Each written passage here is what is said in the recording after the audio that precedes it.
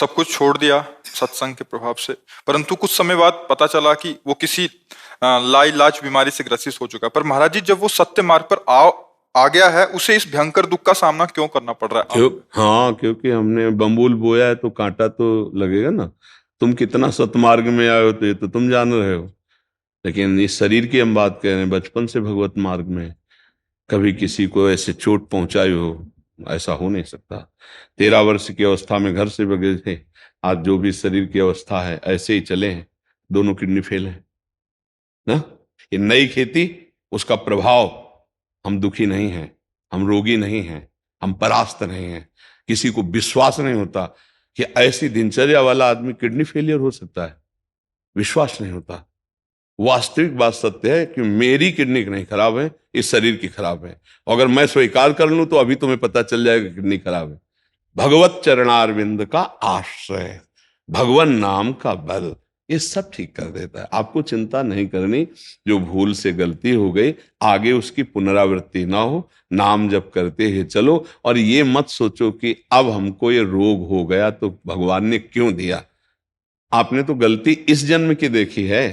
अभी एक दिन एक प्रश्न कर रहे थे कि बिना किसी अपराध के मुझे दंड क्यों दिया गया। हमने कहा भाई ईमानदारी की बात मान लीजिए, हमारी सरकार में कभी ऐसा नहीं है। जो आध्यात्मिक भागवतिक निर्णय है उसमें कभी ऐसा नहीं।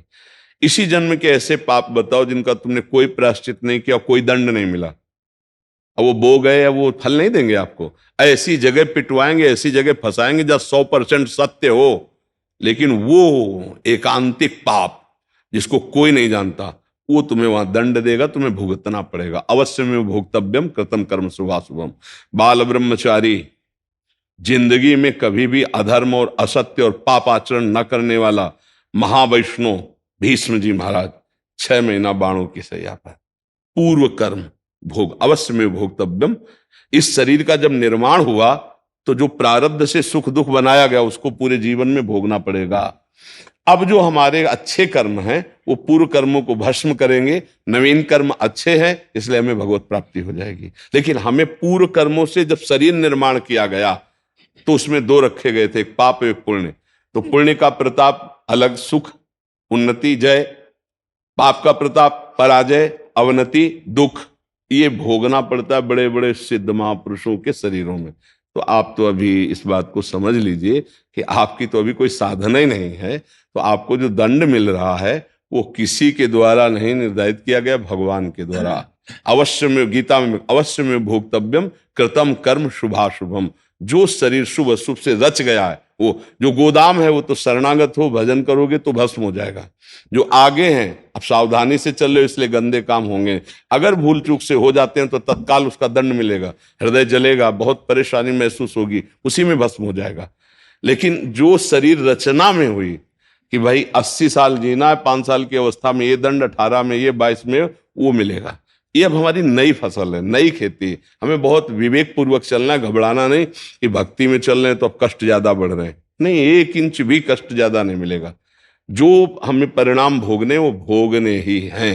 नहीं तो देखो बड़े बड़े संतों के, किसी के कैंसर, किसी के, रामकृष्ण परमहंस जी के गले में कैंसर, भगवत प्राप्त महात्मा बड़े बड़े महापुरुषों के। तो ऐसा क्यों फिर होता? उनकी भक्ति में कोई कमी होती है क्या? नहीं। तो यह हमें ध्यान रखना है कि हमको शारीरिक दंड भोगने पड़ेंगे, मानव देह है, बड़े बड़ों को भोगना पड़ा। आप इतना समझो, भगवान राम जी के पिता का सौभाग्य प्राप्त हुआ दशरथ जी को, हुआ ना। इसके बाद दशरथ जी के द्वारा एक अपराध बन गया था श्रवण कुमार का, अचानक में वो। तो आप देखो वो पुत्र के वियोग में उनके माता पिता पधारे ना, तो महाराज भगवान पुत्र बने लेकिन उसको मिटारा नहीं। दशरथ जी को वैसे ही तड़प कर प्राण त्यागने का श्राप हुआ था, वैसे ही तड़प कर प्राण त्यागे। तो भाई आप इतना इशारे से समझ लीजिए कि कर्म का जो दंड है निर्धारित जो हो चुका है वो तो भोगना पड़ेगा, और जो हमारे कर्म जमा है वो भस्म हो जाएंगे। महाराज जी मैं कहना चाह रहा हूँ, जैसे पूर्व कर्म से जो हमें कष्ट प्राप्त हो रहा है, जो परेशानी हो रही है, तो उसके लिए कुछ पश्चाताप का मार्ग नहीं। वो इसका एक ही पश्चाताप के नाम जब करते हुए उसके ऊपर उठो, उसे भोगना पड़ेगा। जो प्रारब्ध छूट चुका है इस शरीर में आ चुका है, वो हमको भोगना पड़ेगा। नहीं अगर ऐसा होता ना तो संत महात्मा 1 मिनट में छू छा करते, सब हो जाता। जैसे लोग नहीं कहते कि ऐसा कर दो, इनका ये रोग ठीक कर दो, उनका ठीक कर दो। भैया आज तक हमने ऐसे किसी ब्रह्म ऋषि को नहीं देखा है। नहीं, छू ऐसे किया वैसे हो गया। कितना वो भजन करते हैं छू करने वाले पता नहीं। नौटंकी नाटक कर्मों के नाश के लिए नहीं है, वो बहुत ही मतलब विचित्र खेल है। बोले तुम्हें अमुक रोग है, बोले हाँ, बोले ठीक, बोले हाँ ठीक। अरे वाह भाई, ऐसे हो तो सब अस्पतालों में ताला लग जाए भाई। बोले मुर्दा जिंदा, तुम्हें पोस्टमार्टम को कहीं ले जाओ, सीधे वहां ले जाओ। तो छू बोलेंगे पूरा शरीर निहाल हो जाएगा। ऐसा तो हमें कई शास्त्रों में नहीं मिला। औषधियां हैं, रोग है, उनका निवारण धीरे धीरे ऐसे आयुर्वेद है, होम्योपैथिक है, एलोपैथिक है। हाँ, ऋषि मुनि अध्यात्म के द्वारा भवरोग का निवारण करते हैं। कभी कोई अपनी तपस्या का प्रयोग किसी ऐसे विशिष्ट के लिए, कभी कोई 1-2 के लिए कर दिया, वो भी गुप्त रूप से, तो उनको भी उसका पाप लेकर भोगना है। उसका दूर किया, उसका पाप लेके भोग। ऐसा नहीं छू, ऐसा नहीं है, नहीं तो भगवान छू करके श्रवण कुमार के पिता का श्राप नष्ट कर देते। भगवान सर्वसामर्थ्यशाली। पक्का मतलब विधान को समझने की चेष्टा की जाए, इसलिए भक्ति पुष्ट हो जाएगी अगर विधान समझ जाओगे, नहीं तो आपकी अश्रद्धा हो जाएगी।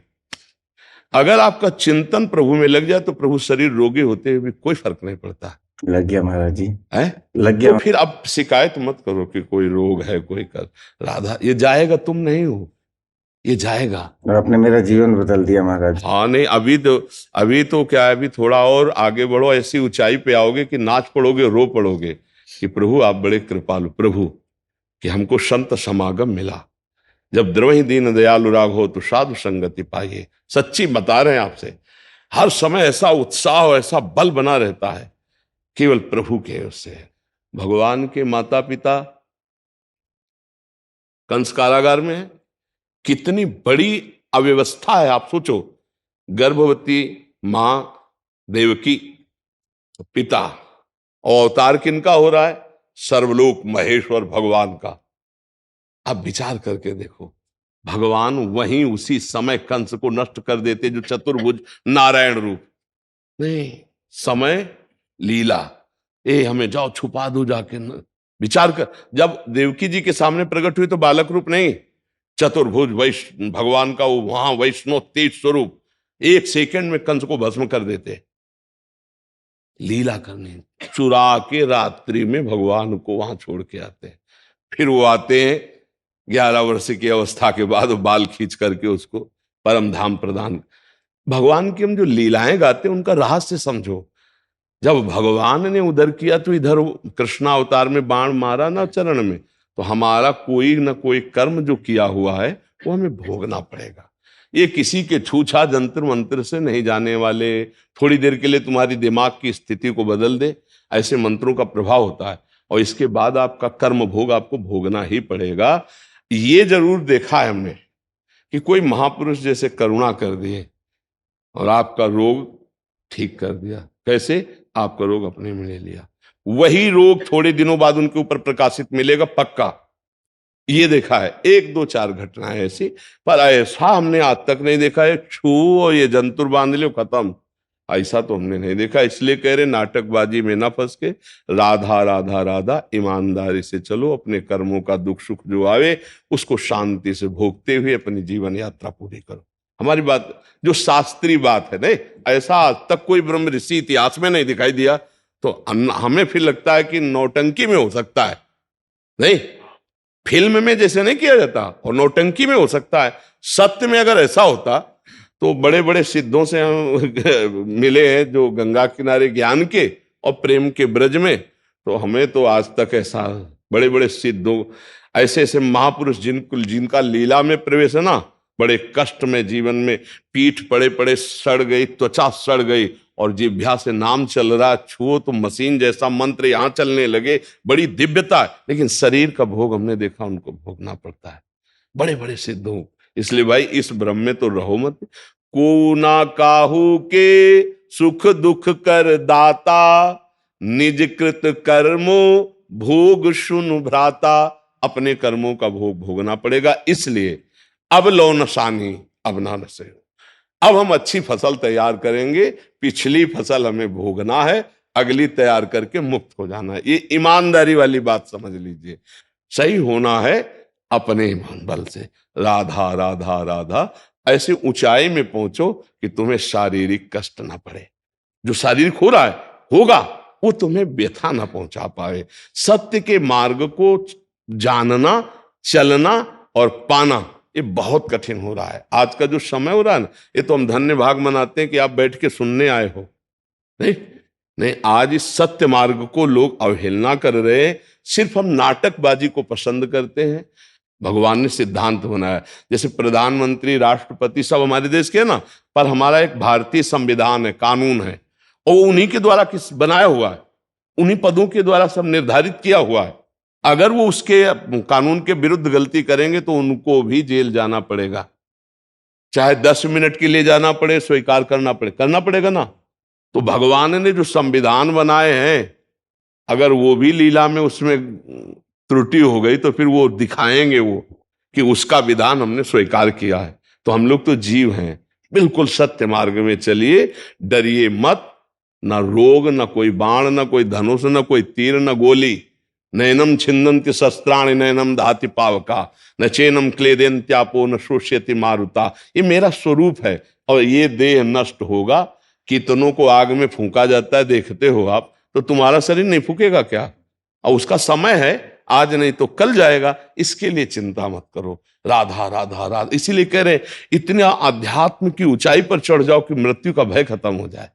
नाम जप के द्वारा सब हो जाता है। नाम जप करो, भगवद आश्रित रहो और जीवन को सदैव ये बात में डरते हुए चलाओ कि कोई पाप न बन जाए। ए भाई, पाप का बड़ा कष्ट भोगना पड़ता है। जब हमारे शरीर में कष्ट आता है तो हमें भगवान की आस्तिकता भी हिल जाती है, नहीं आता है? तो इसलिए ये हिलने न पावे तो इस जन्म में भगवत प्राप्ति कर ले, सब दुखों से छूट जाएंगे। कोई संशय आपको? हाँ जी।